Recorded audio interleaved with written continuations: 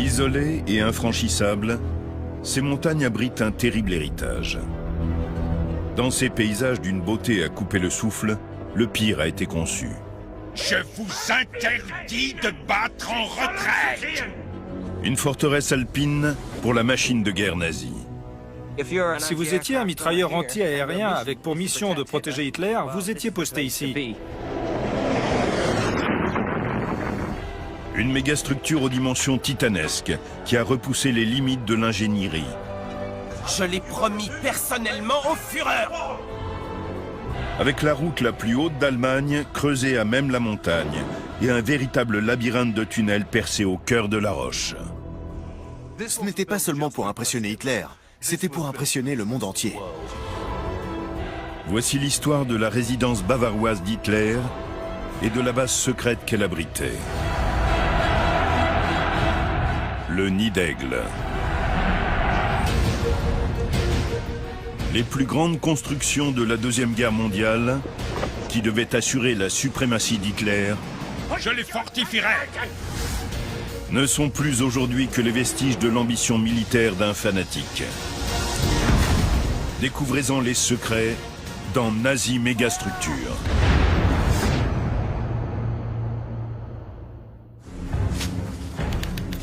« 25 avril 1945, l'Obersalzberg, en Bavière. Le QG alpin du Führer est attaqué. Mais Hitler n'est pas là.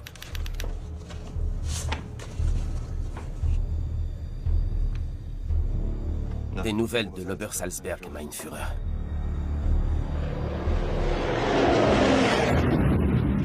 En Bavière, l'ingénieur Heinz Norris se met à couvert. Baissez-vous! Notre cabane a été soufflée à plus de 10 mètres de hauteur et a été réduite en miettes.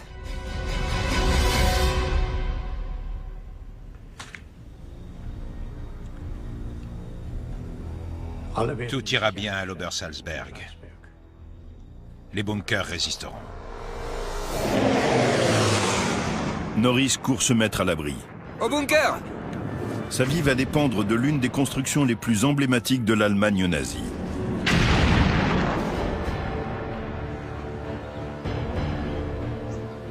Aujourd'hui, il ne reste quasiment rien de la forteresse bavaroise d'Hitler. Mais ces vestiges nous fournissent des indices précieux sur ce bastion de la suprématie nazie. Je vais essayer de me faufiler. James Holland, historien militaire, est un spécialiste de ce chapitre particulièrement sombre de notre histoire. Je ne sais vraiment pas à quoi m'attendre. Là, ça tourne. Et là encore. Et on continue de descendre. C'est terriblement oppressant. Mais je suppose qu'au moins on était protégé des bombardements.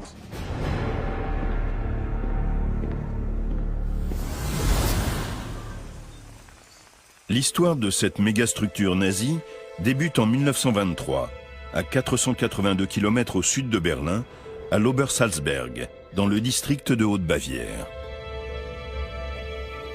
C'est une petite zone rurale située en contrebas du mont Kelstein. Lorsque Hitler s'y rend pour la première fois en tant que chef du parti nazi, il séjourne dans un chalet non loin. Plus tard, il y louera une maison. Puis lorsqu'il devient chancelier en 1933 et s'empare du pouvoir, il l'achète grâce aux royalties que lui a rapporté la vente de son livre « Mein Kampf ». Très vite, il commence à réaménager les lieux qu'il rebaptise Berghof. Plus de 80 ans plus tard, on peut retrouver quelques fragments de la maison, à condition de savoir où chercher. Même avec les arbres, c'est relativement facile de reconstituer l'emplacement de la maison et où se trouvait chaque élément. Si on regarde bien, il y a pas mal d'indices ici. Regardez, un morceau de granit. Ça, c'était devant l'entrée du Berghof. Regardez, un reste d'asphalte. J'imagine que c'était l'allée qui menait à la maison. Et je suppose que les voitures s'arrêtaient là. Puis les gens entraient dans la maison, qui devait se dresser juste face à nous. Le dernier vestige important qui reste, c'est le mur de soutènement. Il était indispensable, puisque la maison était adossée à flanc de colline. Le Berghof devient une gigantesque résidence avec des plafonds voûtés, de larges escaliers, une salle à manger, une bibliothèque, un grand hall et une terrasse surélevée. La terrasse est la partie la plus tristement célèbre du Berghof. C'est là qu'Hitler organisait ses réceptions. C'est là qu'Eva Braun recevait ses amis. Elle était là. Ancienne vendeuse et modèle, Eva Braun est la maîtresse de longue date du Führer. De 23 ans sa cadette, elle aspire à devenir réalisatrice. Ses films personnels nous donnent un précieux aperçu de ce qu'était la vie au Berghof.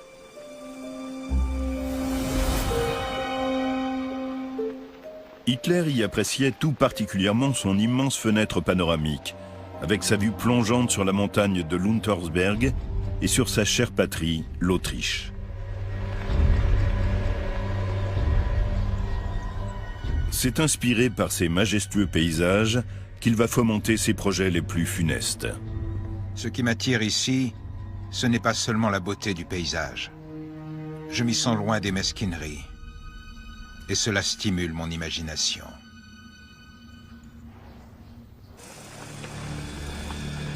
Une fois le Führer installé au Berghof, la majeure partie de l'élite nazie suit le mouvement. L'Obersalzberg va subir une métamorphose. L'homme chargé de cette transformation est Martin Bormann, haut dignitaire ambitieux et impitoyable du parti nazi. Reichsleiter Bormann à l'appareil. J'appelle à propos de l'ordre d'expulsion des résidents de l'Obersalzberg. Je veux savoir si les 10 familles restantes sont enfin parties. Si elles sont toujours là dans une semaine, nous les mettrons dehors. Bormann est un peu un jeune homme en colère, un voyou. Il n'a pas beaucoup d'éducation, il n'est pas très raffiné, mais il tombe immédiatement sous le charme d'Hitler. Et doucement mais sûrement, il commence à grimper les échelons de la hiérarchie nazie. En 1933, Bormann est nommé par Hitler Reichsleiter, gouverneur du Reich, l'un des grades les plus élevés du parti.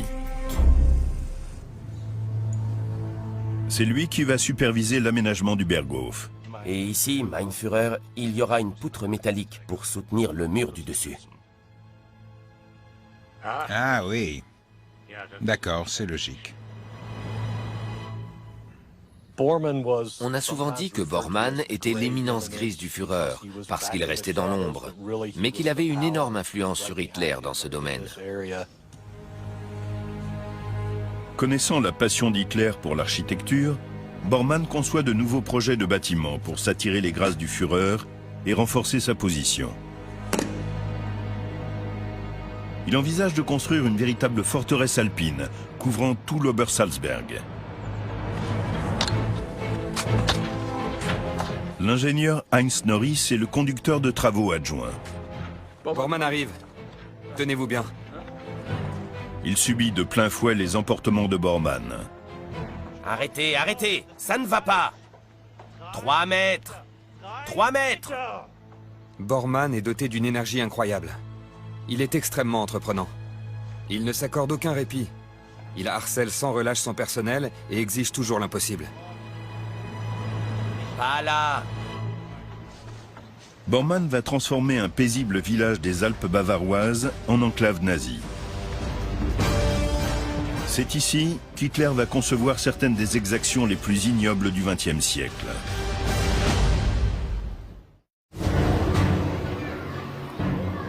Dès 1936, Hitler détient le pouvoir absolu en Allemagne. Mais il a des ennemis. Il a déjà échappé à plusieurs tentatives d'assassinat. Et comme il envisage de passer toujours plus de temps à l'Obersalzberg, Bormann sait qu'il doit organiser sa protection. Il doit pouvoir contrôler tout ce qui entre ou qui sort de la zone.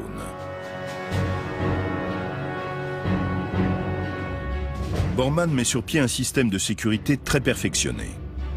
Un poste de contrôle est installé dans la vallée, à Berchtesgaden. Patrick Bury, ancien capitaine de l'armée britannique et historien militaire, explore ce cordon inviolable. Regardez, c'est une porte d'origine qui date de 1937, son année de construction. On voit ici l'insigne SS qui a été effacé par les habitants depuis. C'était sûrement l'entrée du poste de garde SS. Ici, il y avait probablement un bureau dans lequel un sous-officier vérifiait les laissez-passer. Et ici, sans doute, une autre pièce pour entreposer les armes et le matériel. Ce poste de garde SS marque la limite de la zone de sécurité de l'Obersalzberg. Tout visiteur autorisé à passer ce premier poste de contrôle devra en traverser un deuxième, un peu plus haut sur la route, puis un troisième, juste en dessous du Berghof. Ça, c'est intéressant. Ce que vous voyez là, ce sont les fondations de ce qui était le poste de garde le plus important et le plus sophistiqué de l'Obersalzberg.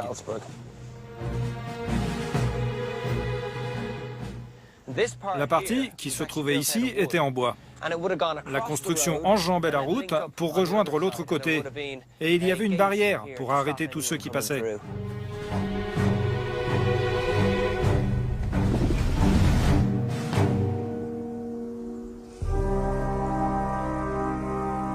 Hitler n'est pas le seul à devoir être protégé. De hauts responsables nazis résident également souvent au Berghof, comme Heinrich Himmler, chef des forces de sécurité, Joseph Goebbels, ministre de la propagande d'Hitler, et Hermann Göring, deuxième homme le plus puissant du Reich, qui a aidé le Führer à accéder au pouvoir. Parmi tous ces poids lourds du parti, Bormann doit manœuvrer pour garder son rang.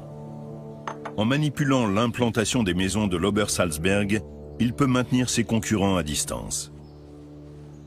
Voici l'Obersalzberg, qui s'étend à perte de vue.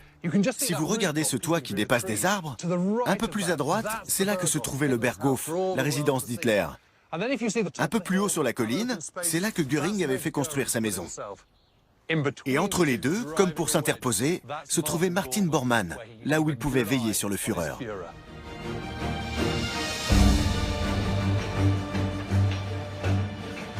En juin 1936, l'hôtel voisin, le Platterhof, est racheté puis réaménagé à l'intention exclusive des hauts dignitaires nazis. Bormann renforce encore un peu plus la sécurité de l'Obersalzberg. Il fait construire des casernes pour loger et entraîner 2000 soldats SS. Et en seulement quelques années, l'Obersalzberg, qui ne comptait en 1935 que 50 fermes et chalets disséminés à flanc de montagne, devient un vaste complexe nazi. Tout à coup, on voit émerger une ville en modèle réduit pour l'élite du Troisième Reich, qui vient s'implanter dans cette région de l'Obersalzberg. Et sa population va atteindre à un moment donné 10 000 personnes.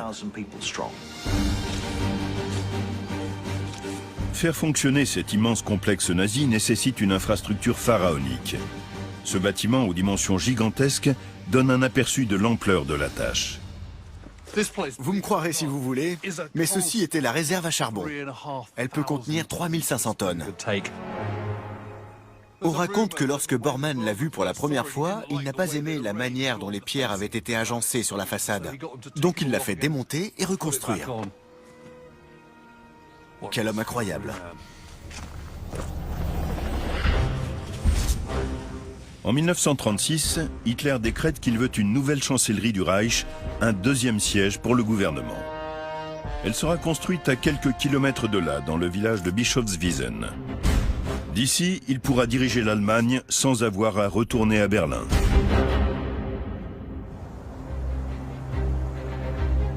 Conscient que le Führer est inspiré par les paysages qui entourent l'Obersalzberg, à l'automne 1936, Bormann se lance dans son projet le plus ambitieux à ce jour. Il décide de faire construire la route la plus haute et la plus spectaculaire de toute l'Allemagne, jusqu'au sommet du Kelstein. Une entreprise pharaonique, tout cela pour faire plaisir à un seul homme, Adolf Hitler. Les ouvriers ne posent aucun problème.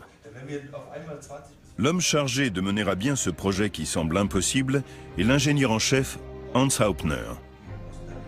Et je les veux la semaine prochaine. La semaine prochaine? Je veux les plans sur mon bureau la semaine prochaine. Hauptner va vite faire les frais de l'obstination impitoyable de Bormann, qui pourrait bien faire échouer toute l'entreprise. Je l'ai promis personnellement au Führer.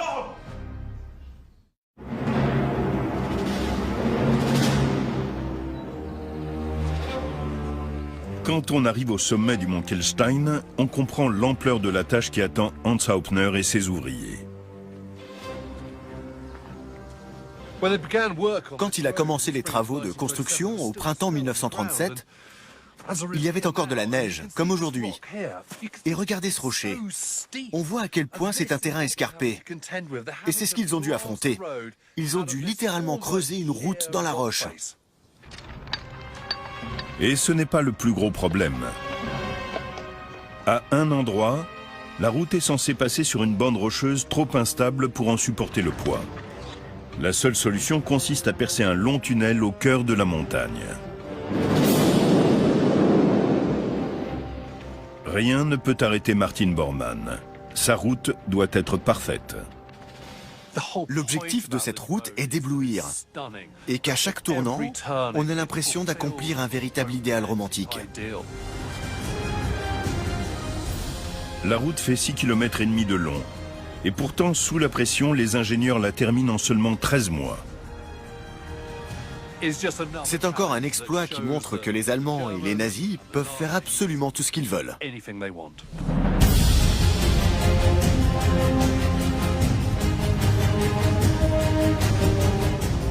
Mais Bormann veut encore surclasser cet exploit déjà incroyable.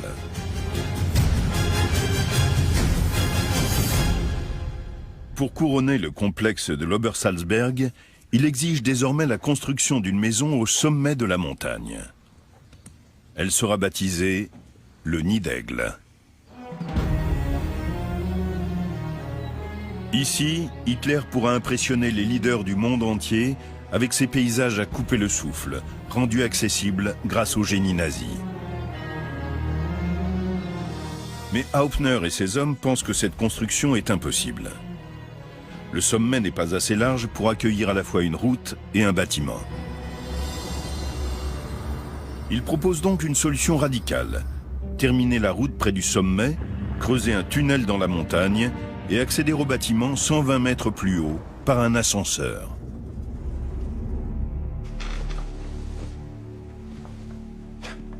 Cette idée est ridicule. Je veux que la route continue jusqu'au sommet. Herr Reich. Vous me faites perdre mon temps. Herr Reichsleiter. Nous avons réalisé une étude très complète. Il faudrait détruire une partie du sommet pour construire la route. Cela rendrait le terrain très accidenté et le trajet très inconfortable. Très bien. Construisez votre ascenseur. Pour une fois, Hauptner obtient gain de cause.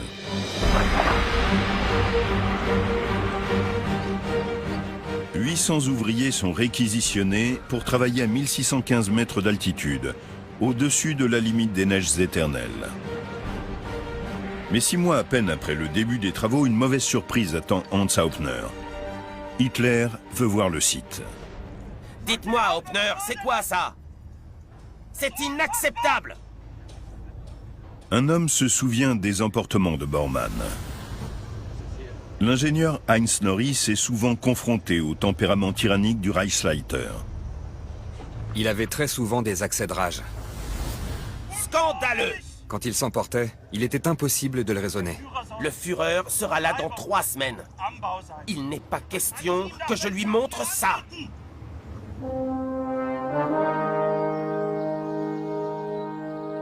En dépit des conditions très difficiles, en septembre 1938, les ingénieurs finissent l'extérieur du Nid d'Aigle.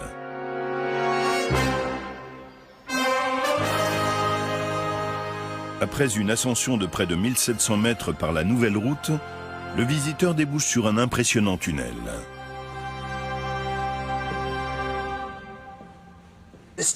Ce tunnel fait plus de 100 mètres de long. Le sol est en granit, les voûtes en marbre. Le tunnel aboutit au cœur de la montagne, à 120 mètres de profondeur. Et le tunnel mène à ce vestibule, surmonté d'un dôme lui aussi en marbre.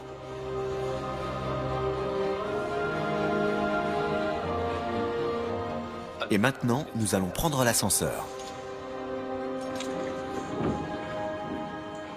Il y a un revêtement en laiton et des banquettes en cuir. C'est un endroit pour lequel on n'a pas regardé à la dépense et où on n'a négligé aucun détail.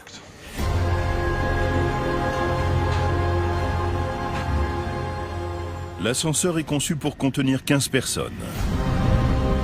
Il parcourt les 120 mètres restants jusqu'au sommet, à 1828 mètres d'altitude.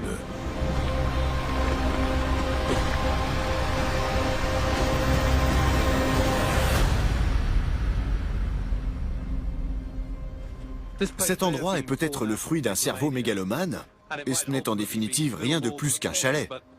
Mais d'un point de vue technique, c'est une réalisation incroyable. Les dignitaires qui seraient venus le visiter auraient été impressionnés.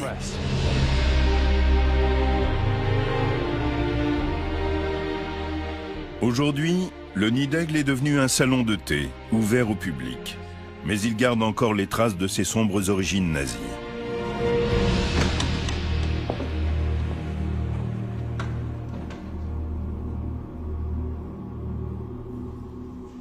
C'est la grande salle à manger. Il y a d'énormes dalles en pierre sur le sol, de gros blocs sur les murs. Ça correspond au goût d'Hitler, à la fois aristocratique et rustique. C'est la pièce qui accueillait les réunions, où l'on recevait les dignitaires. On y a même organisé des noces, une fois. La sœur d'Eva Braun, Gretel, y tiendra sa réception de mariage. Mais pour l'heure, Bormann a hâte de savoir si l'endroit répond aux attentes du Führer.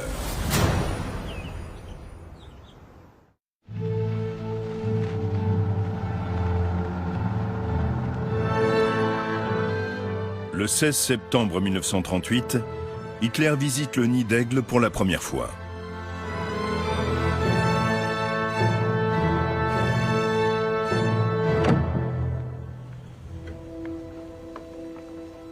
Bormann espère qu'il trouvera grâce à ses yeux. N'oubliez pas que vous le visitez 7 mois avant la finition. La décoration n'est pas tout à fait terminée. Je crois que je ne viendrai ici que de rares occasions. On y manque d'oxygène et je ne pense pas que l'ascenseur soit très sûr. Je suis très inquiet car je crains qu'il n'attire la foudre. Effectivement, Hitler ne se rendra que très rarement au Nid d'Aigle. En revanche, Eva Braun ne manque jamais une occasion de venir s'y amuser et d'immortaliser ses instants de détente sur pellicule. Hitler lui interdit d'assister à la plupart des cérémonies officielles, au Berghof.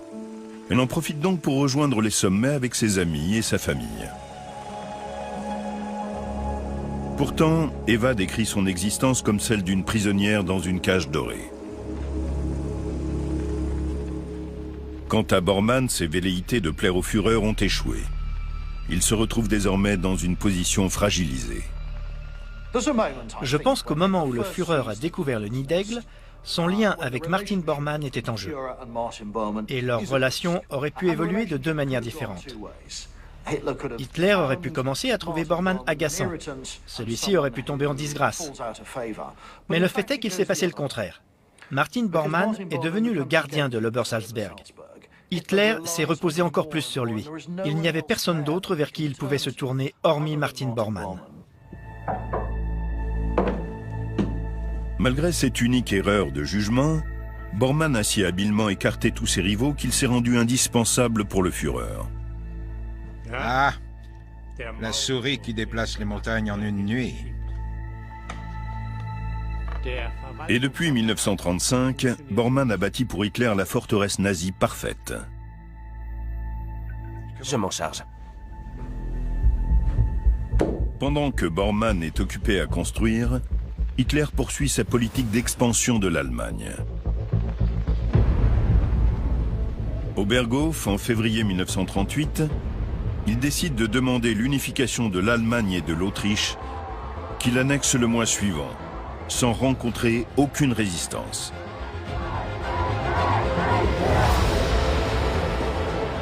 Au printemps, il envahit la Tchécoslovaquie, là encore sans se heurter à la moindre résistance. Puis, toujours depuis le Berghof, ses vues se tournent vers la Pologne. Le 24 août 1939, à 3 h du matin, Hitler se trouve sur sa terrasse avec son valet de chambre et un invité. Ils étaient en train d'admirer l'Untersberg. Et ils ont été témoins d'un phénomène rare, une aurore boréale qui venait enflammer le ciel et baigner la montagne et la vallée en contrebas dans une étrange lueur rouge qui recouvrait jusqu'à leurs mains et leurs visages. Hitler interprète cela comme un signe. Je n'avais jamais vu ça. On dirait une mare de sang. Cette fois, nous n'y parviendrons pas sans violence. Moins d'une semaine plus tard, Hitler envahit la Pologne. Le 1er septembre 1939, la Deuxième Guerre mondiale éclate. Durant les 2 années qui suivent, les troupes allemandes envahissent et occupent l'Europe occidentale. Hitler jette ensuite son dévolu sur l'Union soviétique.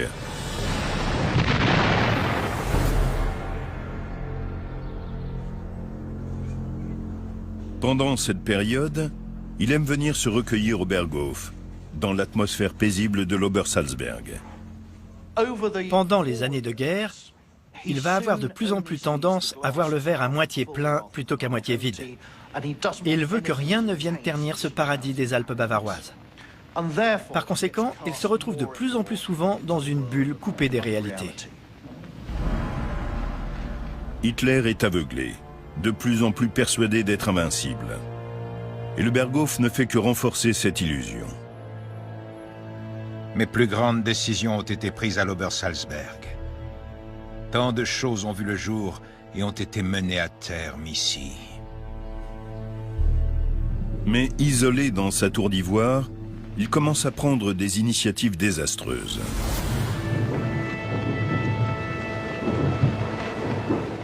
Lorsque l'armée allemande se retrouve en difficulté à Stalingrad, durant l'hiver 1942-1943, ses généraux lui demandent la permission de battre en retraite.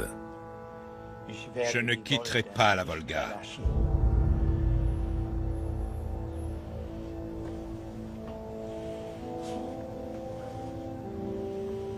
Je n'abandonnerai pas la Volga.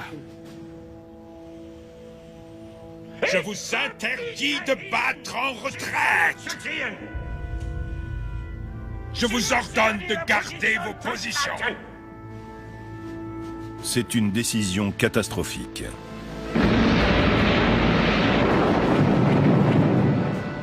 Les troupes allemandes sont décimées.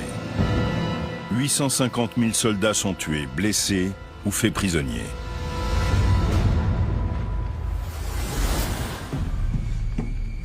Tandis que le conflit tourne en faveur des Alliés, l'humeur d'Hitler devient de plus en plus sombre. Son personnel en vient à redouter de s'adresser à lui. La situation atteint son point critique le jour du débarquement allié. Sa chambre se trouvait au premier étage, au-dessus du salon. C'est là que le matin du 6 juin 1944, on lui a finalement annoncé que les Alliés avaient débarqué en Normandie. La matinée était déjà bien avancée. Il était environ 10 heures, car Hitler se levait toujours très tard et personne n'avait osé le réveiller.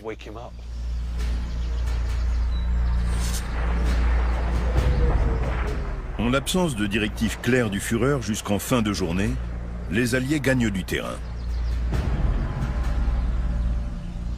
Et bientôt, ils viendront menacer la forteresse bavaroise d'Hitler.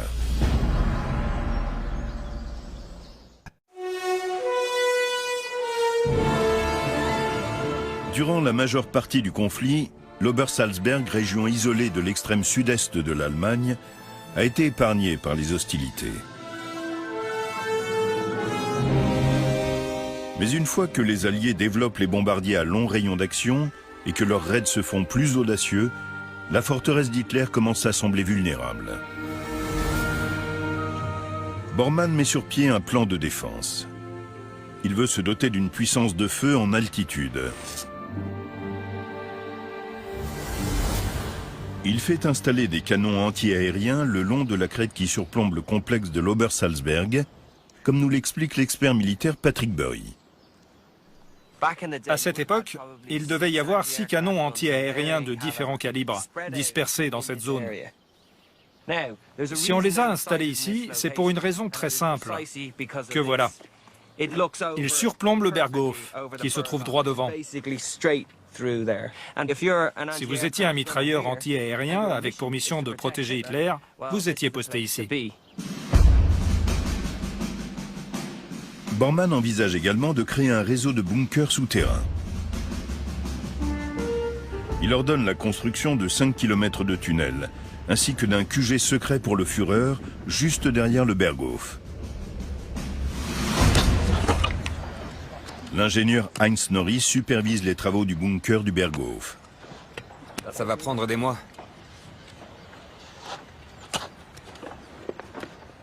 Nous avons fini la première partie en un temps record. Puis on nous a annoncé qu'il fallait que tout soit terminé pour Noël 1943. C'était de la folie. On construit même des bunkers souterrains au-delà de l'Obersalzberg. La chancellerie du Reich, qui se trouve encore aujourd'hui dans le village voisin de Bischofswiesen, est aménagée pour pouvoir poursuivre ses activités même en état de siège.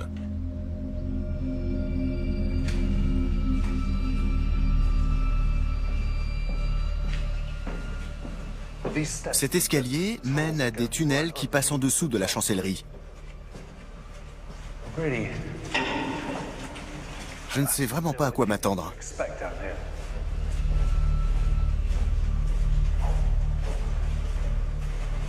Je sens que ça descend. On se sent oppressé à l'étroit. Là, ça tourne. Et là encore. Et encore un virage.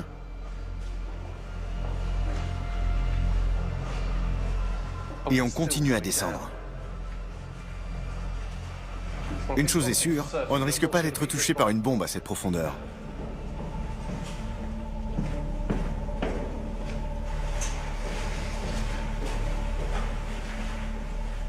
C'est sans doute là que se trouvaient les générateurs.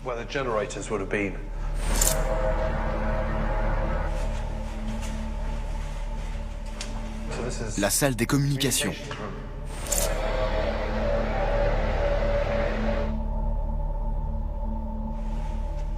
Abort, ça veut dire cabinet. Et en regardant à l'intérieur, on voit l'emplacement des urinoirs. Il ne faut pas oublier que c'était conçu pour que des gens puissent y vivre, y manger, y boire, y dormir et y travailler aussi longtemps que nécessaire. Ça ne donne pas envie. Équipée de dortoirs, de générateurs électriques et d'un système de communication, la chancellerie pouvait y poursuivre ses activités en toute tranquillité, même sous les bombes. Mais les tunnels mènent plus loin. Encore un virage. Et ici aussi. Tout ça, ça sert à éviter l'effet de souffle. Ce qui suggère qu'on arrive enfin au bout de ce gigantesque tunnel. On a bien dû parcourir 800 mètres. J'aperçois la lumière du jour. Oh bon sang! Le tunnel débouche plus bas, dans la vallée. C'est incroyable. On ressort au milieu de nulle part. Voilà la voie ferrée. Il s'agissait d'une ligne secrète. Les trains seraient arrivés jusqu'ici et les gens auraient pu entrer et sortir du bunker sans que personne ne le sache. C'est là qu'on serait venu pour se cacher en secret et pour s'échapper en secret aussi. C'est absolument incroyable. Bormann continue de creuser ses galeries, créant un gigantesque labyrinthe sous l'Obersalzberg, un réseau sophistiqué de tunnels et de bunkers. Mais tout le monde ne voit pas l'utilité d'un si grand nombre de bunkers. Ça avance bien? Oui, mais il nous faudrait plus d'hommes. L'ingénieur en chef Heinz Norris considère ces bunkers comme un gaspillage inutile de ressources. Ils ne seront peut-être jamais utilisés. À quoi cela sert-il? Allons-nous devoir vivre des semaines sous terre? Et quand devrons-nous le faire? À quoi servent toutes ces précautions? Je vais avoir besoin de tous mes ouvriers.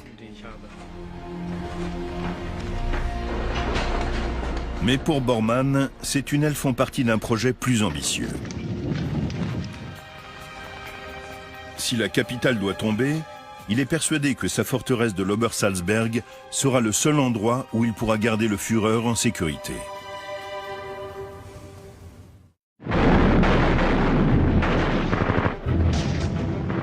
Lorsque l'Allemagne capitule, Hitler est à Berlin.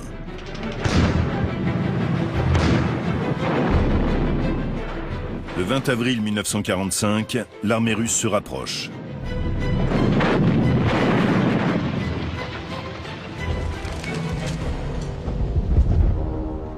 Le Führer se terre dans son bunker.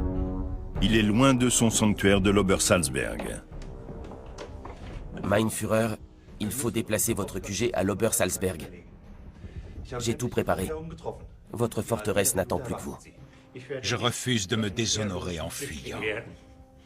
Je resterai le Führer aussi longtemps que je pourrai diriger. Et je ne peux pas diriger l'Allemagne du haut d'une montagne. Je ne suis pas venu sur Terre uniquement pour défendre le Berghof. Je vais me battre et remporter la bataille de Berlin. Ou mourir.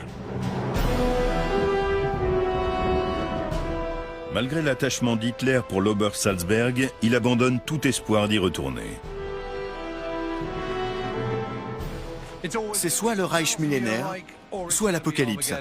Et clairement, ça va être l'apocalypse.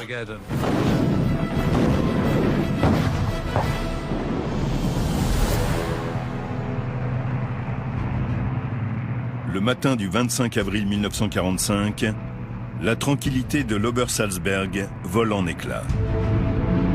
Deux vagues de bombardiers Lancaster de la Royal Air Force s'approchent. Après des années passées à amasser des renseignements, les Alliés ont connaissance de l'Obersalzberg et de son système de défense. Ils ont pour objectif d'anéantir toute possibilité de contre-attaque nazie. Mais les canons anti-aériens de Bormann, perchés au-dessus du Berghof, les attendent de pied ferme.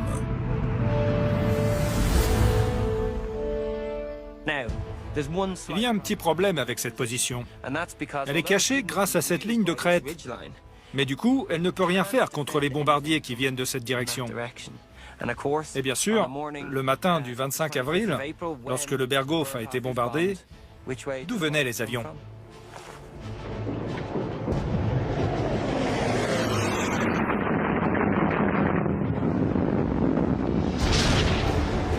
À l'Obersalzberg, tout le monde se précipite vers les bunkers. Après des années passées à le construire, la vie d'Heinz Norris dépend désormais de son système de défense.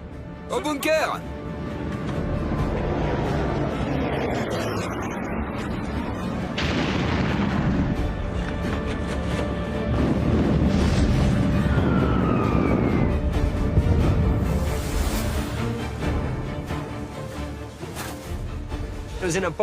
C'est dans un bunker comme celui-ci qu'Heinz Norris s'est mis à l'abri durant les bombardements alliés de l'Obersalzberg.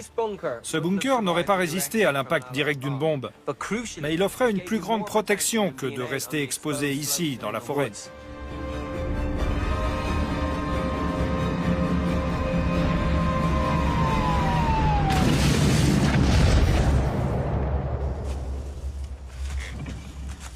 Ça doit être la sortie du bunker que je cherchais, qui menait à la maison de Bormann. Ce bunker représente le seul espoir de rester en vie pour la famille Bormann. Je vais essayer de me faufiler. Je suis pas très souple, mais allons-y.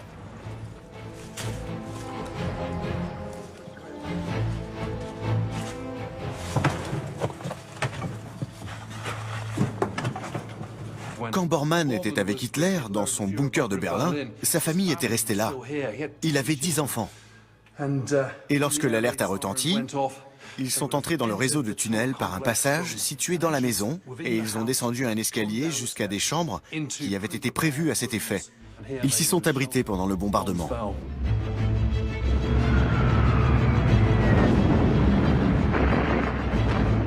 La défense anti-aérienne s'avère inefficace. Un seul bombardier sera abattu.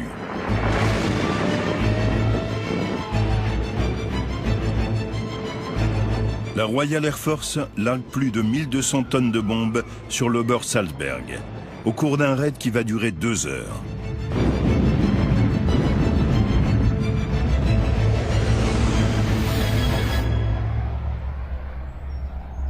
Le bunker a sauvé la vie de Heinz Norris. Il a survécu à ce bombardement et a pu le raconter.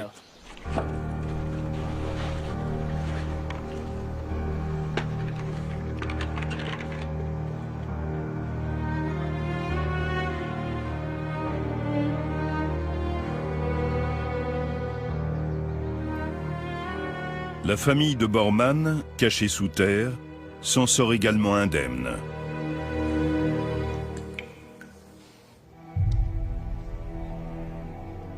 Cinq jours plus tard, l'armée rouge est aux portes de Berlin et Hitler se suicide.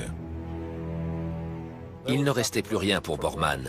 Il ne vivait que pour servir le Führer. Une fois Hitler mort, il n'avait plus aucun pouvoir. Il n'avait plus de sous-fifre à qui donner des ordres. Il n'avait plus rien à faire.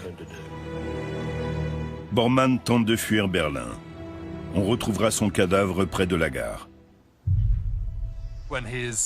Lorsqu'on a finalement découvert son squelette, bien des années plus tard, et que les analyses ADN ont confirmé sans aucun doute possible qu'il s'agissait bien de lui, on a déduit que les fragments de verre retrouvés dans ses dents provenaient d'une capsule de cyanure.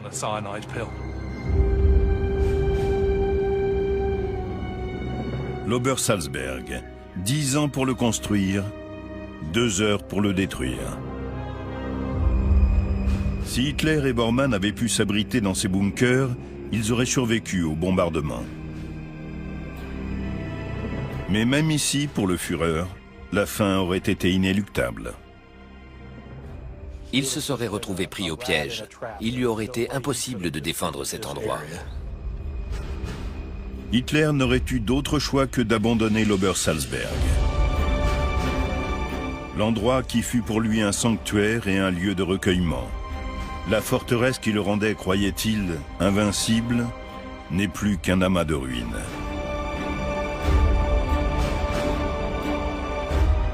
Pourtant, il reste encore un bâtiment intact. Le Nid d'Aigle. La construction la plus futile de tout le complexe. Elle fait aujourd'hui office de symbole de la folie, de l'avidité et des excès du régime nazi d'Hitler.